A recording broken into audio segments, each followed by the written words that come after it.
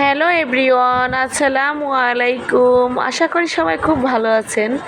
ভালো থাকারই কথা। এই বৃষ্টির দিনে ঠান্ডা ঠান্ডা আবহাওয়ায় সবারই মন ফুরফুরে থাকে। বৃষ্টির দিনে ঠান্ডা ঠান্ডা আবহাওয়ায় সবাই খুব খিচুড়ি খেতে পছন্দ করে।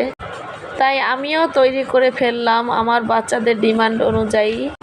তৈরি করে ফেললাম ওয়েদার ডিমান্ড ঝরঝরে ভুনা খিচুড়ি রেসিপি। সাথে আমি চিকেন ফ্রাই করব। অনেকেই হয়তোবা এরকম ওয়েদারে ইলিশ খিচুড়ি পছন্দ করে।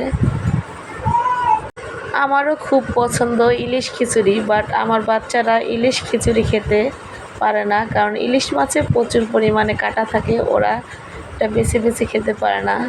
তাই আমি আমার বাচ্চাদের ডিমান্ড অনুযায়ী চিকেন ফ্রাই করে দিচ্ছি। তাহলে দেখুন আমার খিচুড়িটা কত সুন্দর হয়েছে।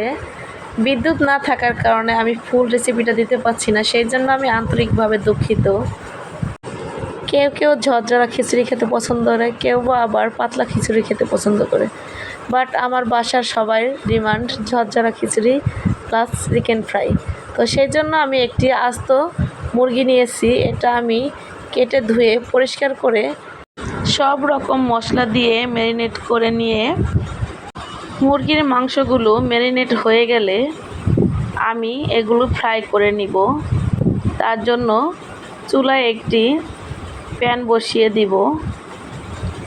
এরপর পরিমাণ মতো তেল দিয়ে দিব। আমি এগুলো ডুবো তেলে ভাজবো না, অল্প তেলেই ভাজবো। তেলটা গরম হয়ে আসলে এখন আমি সব চিকেনগুলো ফ্রাই প্যানে দিয়ে ফ্রাই করে নিব। সবাই হয়তোবা খিচুড়ি আর ইলিশ ভাজা করেছেন, আমারও এটা খেতে খুব ভালো লাগে, বাট আমার বাচ্চাদের ডিমান্ড অনুযায়ী চিকেন ফ্রাই করে দিব। তাই আমি আমার বাচ্চাদের ডিমান্ড অনুযায়ী বাচ্চাদেরকে খুশি করলাম। দেখুন আমি সব চিকেনগুলো ফ্রাই প্যানে বসিয়ে দিয়েছি। এই দেখুন আমার খিচুড়ি এবং চিকেন ফ্রাইয়ের ফাইনাল লুক। তো এখন আমি একটি প্লেটে পরিবেশন করে নিব। তো এরকম ঠান্ডা ঠান্ডা আবহাওয়ায় ব্যালকনিতে বসে বৃষ্টি বিলাস করে এরকম এক প্লেট খিচুড়ি কার না খেতে ভালো লাগে, সবাই কমেন্ট করে জানাবেন।